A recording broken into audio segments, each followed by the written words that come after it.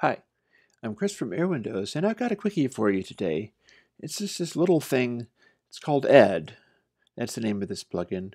Ed is dim. Spell it backwards.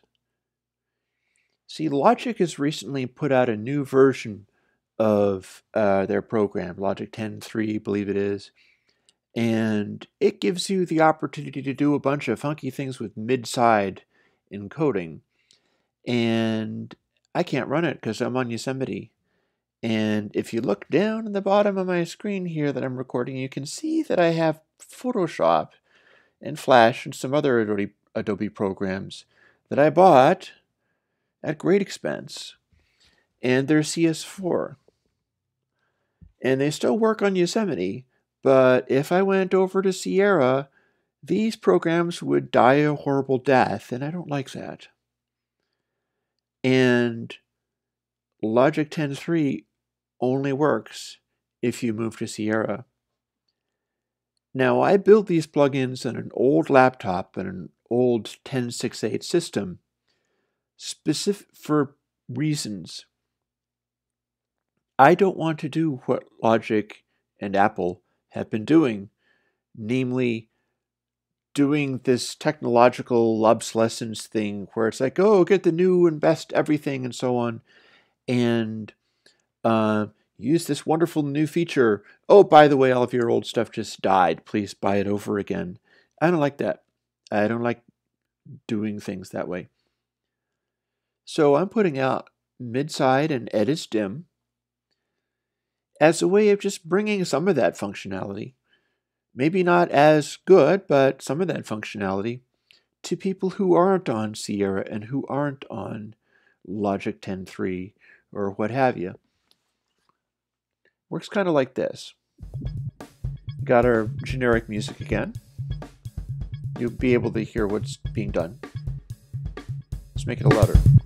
And that's a little too loud, so let's make it quieter again. There you have it, mid-side. My mid is now on this ear in the headphones. It's on my left, and side is on the right. And then if I hit Ed is dim, it puts it back. Now, why would you do this? Well, supposing you had a compressor, and you're doing this crazy compressor, right? But you would like it to hit the mid more aggressively even than this, and this is pretty aggressive. So you hit mid-side. You know something? I think maybe I can even do better than Pressure 4 for this, because I think Pressure 4 may be handling things in a certain way. Let's go to pressure, original pressure.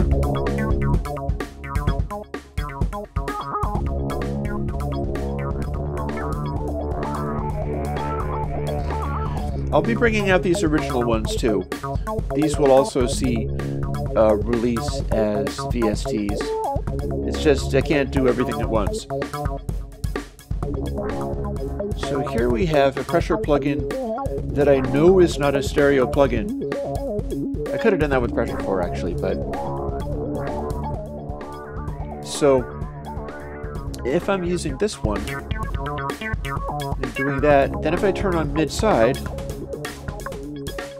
boom, dual mono compressor, and it's squishing the mids really hard, but that's just enhancing the side because that's not as loud, so it's not being compressed as intensely.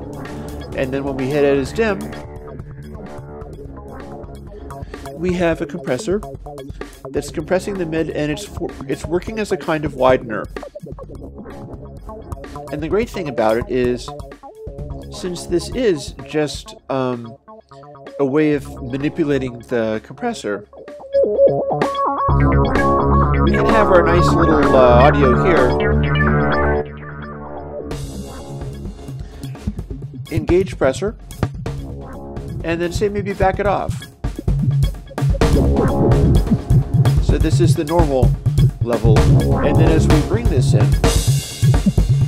we will see, as we bring it in, we'll see that the mid will compress well before the side, because this is a dual mono plugin. You know, if you're doing at the VS, I'm pretty sure the VSTI included a mono version, or did I just include the...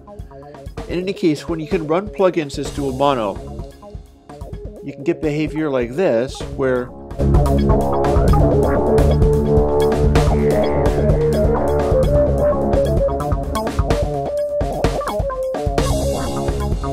there's this widening effect, because we're hitting the mid channel a lot before we're hitting the side channel. But you can see what it's doing inside there. And then you dial it back. I'll hold this fader down. So you can see that without pressure, we have a big difference between the amplitude of the side and the mid. Turn on the compressor, and it kicks in. It starts limiting the output of the mid channel, and then you turn Ed as dim on, and we're back to stereo, but the compression is hitting the mid channel first. And we can also do that other ways too. For instance, suppose we want to only distort the mid channel, and that's very handily done because, let's see, clip only, where we go? There we are.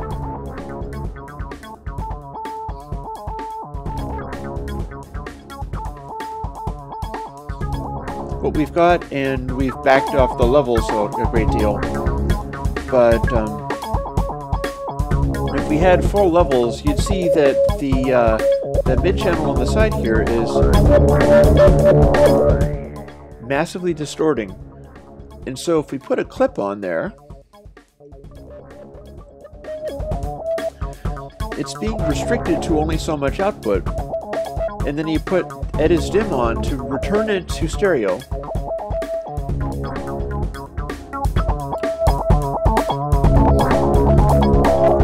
We have an interesting kind of clipper here, where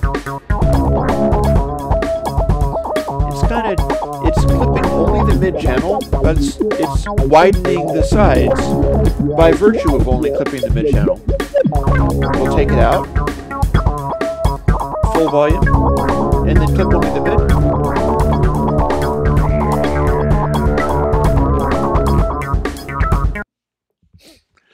So mid-side and Ed as dim, which are both included in the same download package, it's called Ed as dim, are used like this. Anything that you can break into two different channels and then run some kind of processing. I'm pretty sure Logic 10.3 lets you run separate plugins on the mid and the side and so on. This is more if you have dual mono processing and you can do something like a clipper. But within the context of that, you don't have to run like Logic 10.3, you don't have to run Sierra, you don't have to update your computer and lose all of your programs to be able to do stuff like this. And I think before I'm quite finished, I will go and show even another demonstration. For instance, density, which I believe is one of the things I have updated. There it is. I guess I'm calling it density 2. Sure enough, there it is. And we'll do the same thing. We will play the music, and density is a kind of boost. But it's a lot smoother sounding. It's a lot smoother sounding than just a raw clipper like clip only. So here's what you can do. Mid-side density. Pull the output level down a little bit so that we can get it to a zone.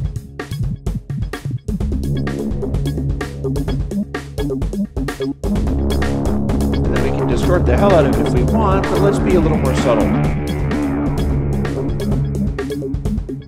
It's nothing, and this is... There we go. Definite effect there. Ed is dim. And now if we cut density in and out,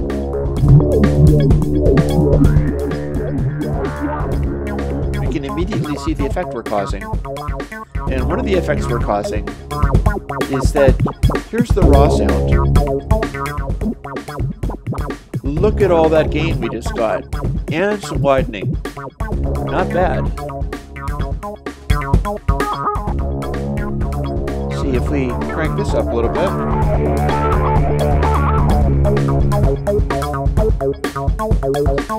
Big change in general loudness of the track right there.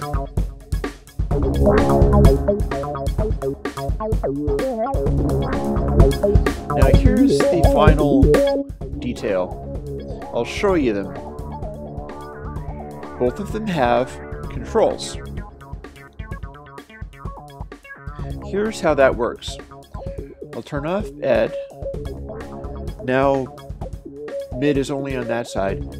This is a trim for balancing those two factors. So it is a way of widening or narrowing the sound, but it also works for both of them, so we can gain stage a little bit. This is mid-side all by itself. And we can go all to the mid, or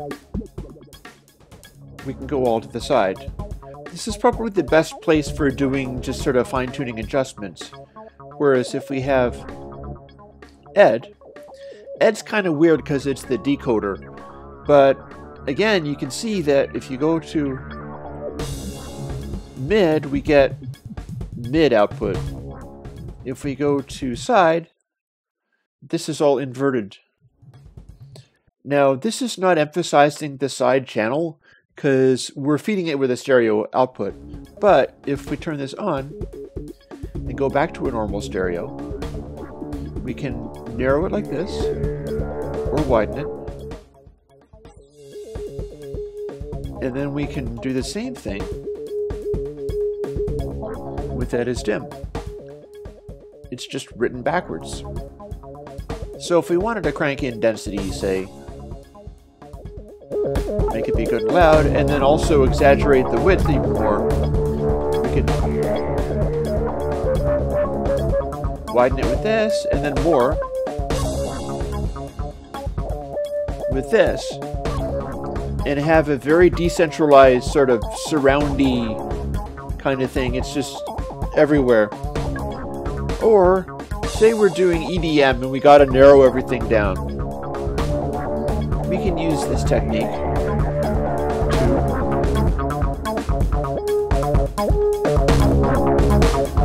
to just exaggerate the centeredness of it all.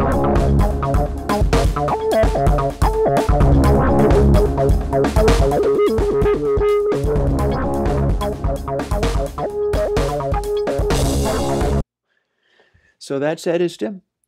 It is a little utility plugin, and it might not be the easiest thing to use. First of all, you got to remember, put mid-side first, then do the plugin where you're doing the mid-side processing. It should be a dual mono, hopefully, but I'm not the boss of you. You can use whatever you like. You could even use some strange thing like some reverb that's a stereo reverb and has dry signal in it, and this will cause it to have a really unusual like sound picture. And then you use Ed is dim to deconvert it in that order and go by the labels. If you push it towards the mid, it will be emphasizing the mid channel. You can balance it this way going into your plugin. And then this is a further tweak there just because I can. It's kind of like an input gain thing. And it's written backwards, and that's how the control works. This is more towards the mid, this is more towards the side.